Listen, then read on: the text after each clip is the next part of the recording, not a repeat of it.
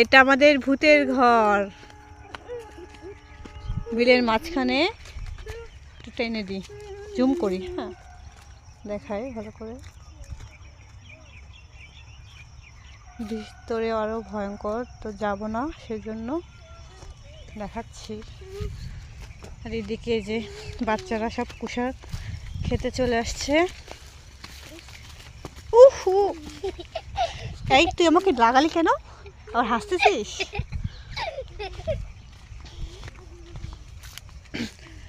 আর আমাদের এখানে অনেক খেজুর গাছ দেখতে পাচ্ছেন।